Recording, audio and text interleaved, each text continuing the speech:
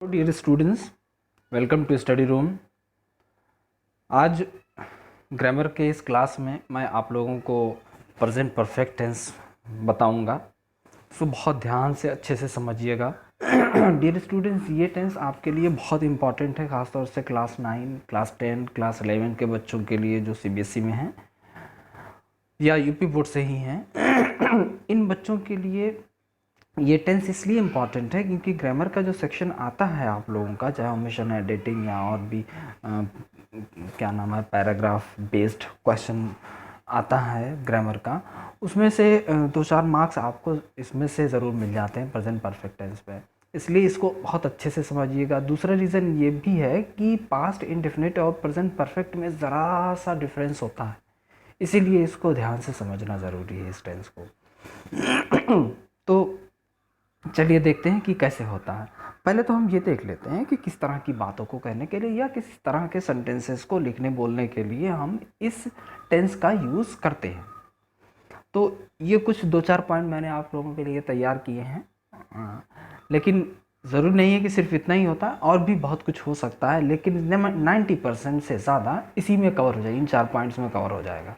ठीक है, चलिए देखते हैं। पहला पॉइंट है, this tense is used to indicate complete action of immediate past।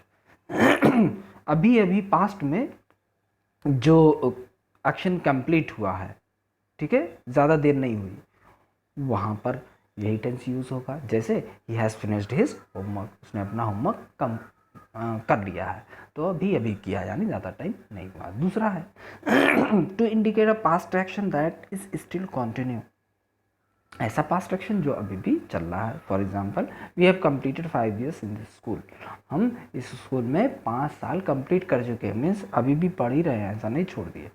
Next is to indicate a past action whose time is not defined, ऐसा एक्शन जिसका टाइम ही डिफाइन नहीं कि कब।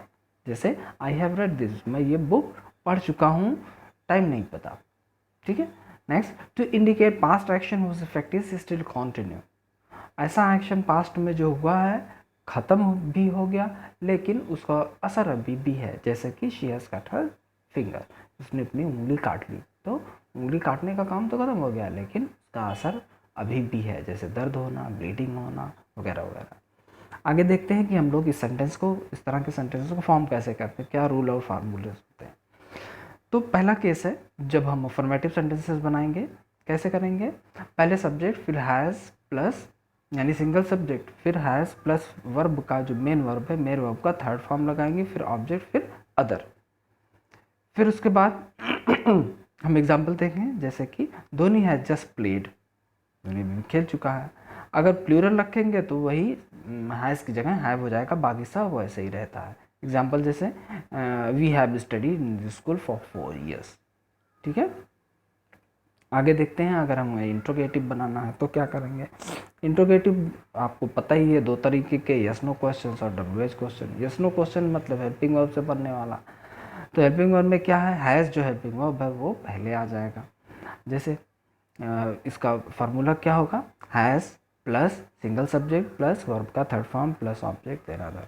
एग्जाम्पल क्या होगा, has Rahul gone to America, क्या Rahul America जा चुका है।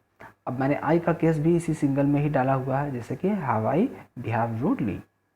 उसी तरह से प्लूरल जब करेंगे तो उसमें हैव लगाएंगे, तब सब्जेक्ट आएगा, प्लूरल सब्जेक्ट। उसके बाद वर्ब का थर्ड फॉर्म और object other.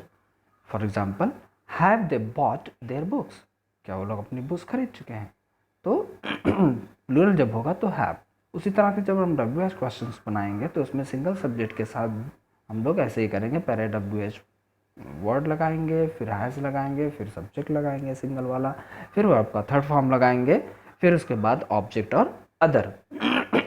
Example, where has she gone, तो वेयर डब्ल्यू एच वर्ड हो गया, फिर हैज़ हो गया, फिर शी जो है सब्जेक्ट हो गया, फिर वर्ब का थर्ड फॉर्म गॉन हो गया, फिर ऑब्जेक्ट अदर आपको पता ही है कि ऑप्शनल होता है। उसी तरह से आई के साथ मैंने लिया हुआ आप लोगों के लिए example, why have I come here, मैं यहाँ क्यों आ गया या मैं यहाँ क्यों आया।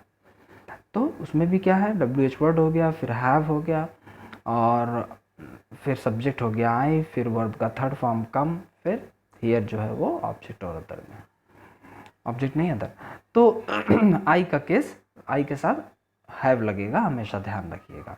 फिर जब हम प्लूरल का अग्रीमेंट करेंगे कैसे करें, WH वर्ड लगाएंगे, फिर हैव लगाएंगे डेफिनेटली, फिर प्लस प्लूरल सब्जेक्ट लगाएंगे, देन वर्ब का थर्ड फॉर्म लगाएंगे, फिर ऑब्जेक्ट प्लस अदर लगाएंगे।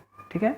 How have you reached here, ये एग्जाम्पल है आपके लिए।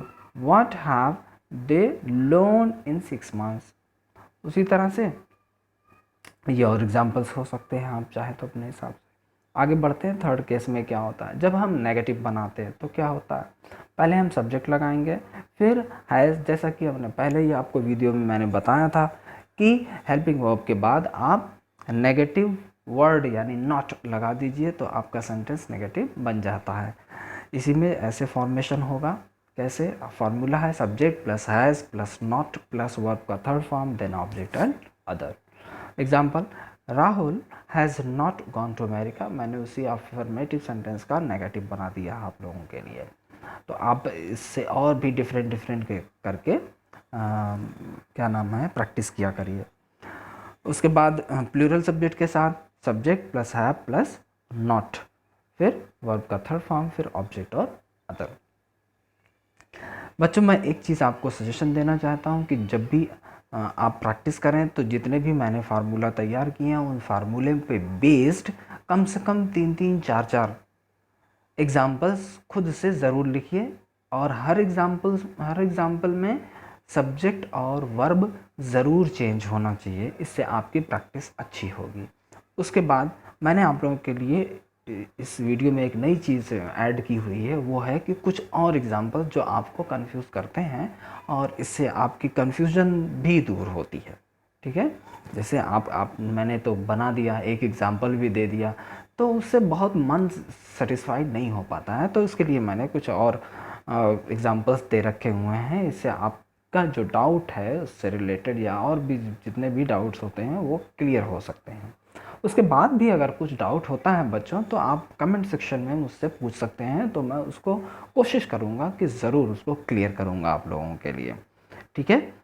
तो ये है कुछ अदर एग्जाम्पल्स को अच्छे से पढ़ लीजिए। अब बात आती है आज के होमवर्क की।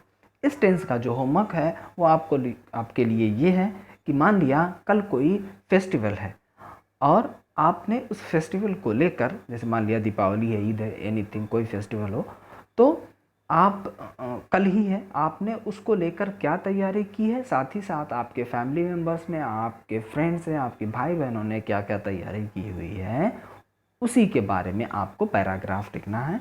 कम से कम एक पेज ज़रूर लिखें, और उस एक पेज में 20 सेंटेंसेस के अराउंड आने चाहिए। जैसे छोटे जो क्लास के बच्चे हैं, क्लास 6 to 8, उनके लिए 10 सेंटेंसेस हैं, 15 सेंटेंसेस, लेकिन जो बड़े क्लास के बच्चे हैं उनको एटलीस्ट 20 सेंटेंसेस लिखने हैं। ठीक है। तो आज के लिए इतना ही। अब अगला टेंस हम लोग प्रेजेंट कॉन्टिन्यूअस पढ़ेंगे। तक आप लोग प्रैक्टिस करते रहिए, अच्छे इस टेंस को बहुत अच्छे से सीखिएगा बच्चों, एग्ज़ाम में बहुत पूछा जाता है और थोड़ा सा कंफ्यूज भी करता है। ठीक है। Till then keep watching and share it with your friends. Thank you.